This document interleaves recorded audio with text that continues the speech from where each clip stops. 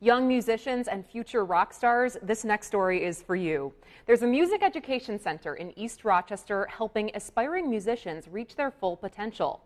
And it was founded by a member of the Grammy-nominated band Daughtry. Here's a look at my conversation with Elvio Fernandes. ROC Star Academy has been around for 12 years now. How has it changed in those 12 years from when you started it to right now? It's changed quite a bit. When I first started ROC Star Academy, it was actually called Camp Rockstar, and it was a 1-week summer camp.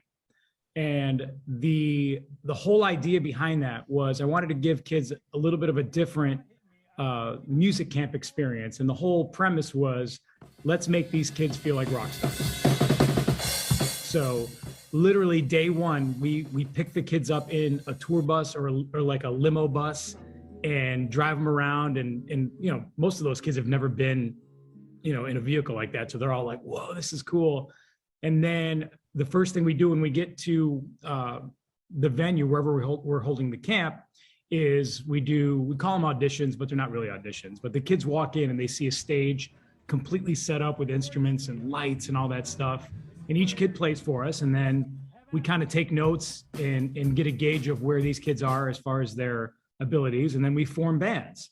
And for the, you know, they have to name their band, they have to design a logo, and then they have to pick 2 songs that they're going to perform Friday night at a full-on rock concert. And those shows are so rewarding. I mean, you'll see parents in the audience, grown men crying because they can't believe that their child is in the front of the stage doing a guitar solo. You know, like it does wonders for their confidence. And it was like a light bulb that went off my head that I had to figure out a way to do this year round, because these are kids who are not in sports. You know, they're not the quarterback of the football team or cheerleaders. You know, these are creative kids that just want to play music.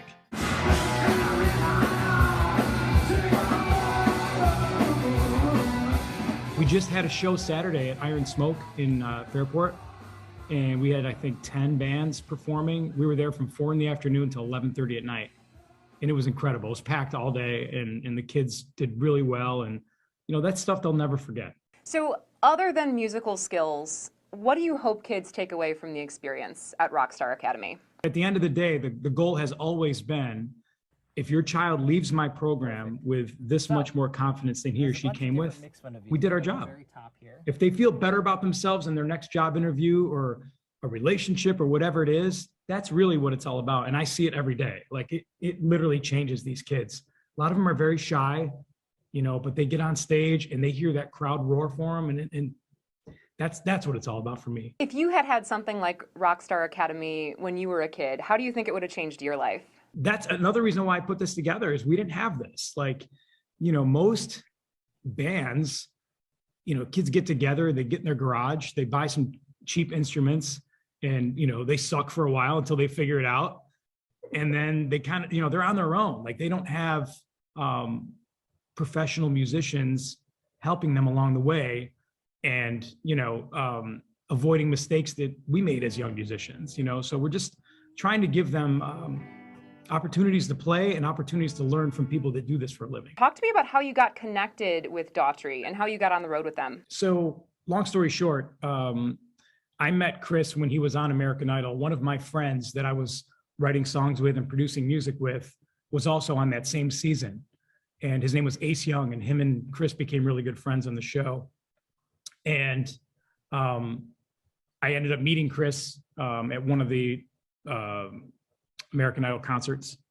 And, you know, we started texting back and forth, and then that led to, we wrote a song together that ended up on the 3rd Daughtry album. So that started like the working relationship. And then it came time for him to go on tour to promote that album. And he reached out to me and basically said, hey, I'm going on tour. I want to add a utility guy. That's what they call it, which is jack of all trades, master of none, you know, somebody to play keyboards, guitar, sing background vocals. And he said, are you interested? And at the time, I didn't think it was possible. So I said, you know, it sounds great, but I can't. You know, I have a wife, I have kids, I have a mortgage, you know, a life here. And, you know, I was a real estate agent at the time, but I was also playing music locally quite a bit with Uncle Plum and just doing some solo acoustic gigs. So I said, no. I said, I'd love to, but I can't. And then I went home, told my wife that he had called, and she said, what did he say? I said, well, he wants me to go on tour with him. She's like, what did you say? I said, no, how's that going to happen? We have a life here. Like, how I'm just going to leave and go on the road. And my wife just kind of looked at me and she's like, I know who I married. You've spent all these years, working really hard to try to get to that next level and playing these small clubs in Rochester and spending all these hours in the studio. And you said, no, call him back. We will figure this out. We have family here. I can take care of things here. And I think you need to give this a shot. So, I always say that she's the rock star of the family, because without her blessing, there's no way, we'd be able to do this. But so then I went and kind of auditioned, and 10 years later, this is what I still do. That is so awesome. So when kids hear that you play with Daughtry and that you're on the road playing rock shows every night, do they kind of get this feeling that, hey, maybe that could be me one day? I hope so, because I tell them that all the time. Like, numerous times will, whether it's the summer camp that we do or during this academy experience, I tell them, I say, look, you don't have to move to LA or New York or Nashville. I am proof that you can do this. You just have to work really hard. And, it's about relationships, and it's about recognizing when that door creaks open, you got to kick it open and go for it. And it's exactly what happened with me. It was a huge risk. I took a risk. I had a successful real estate career. I had a great band locally.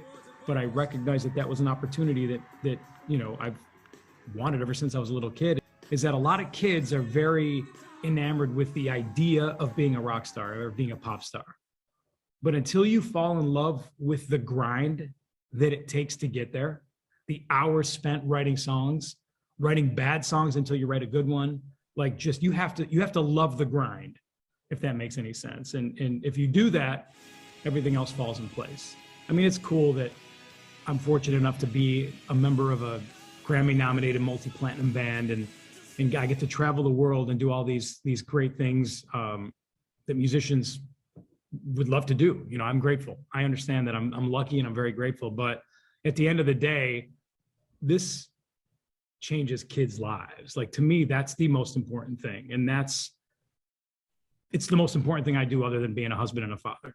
It really is. And I hope that someday that's my legacy, is that I helped kids gain more confidence and gave them an opportunity that most kids don't get. So it's really where my heart is.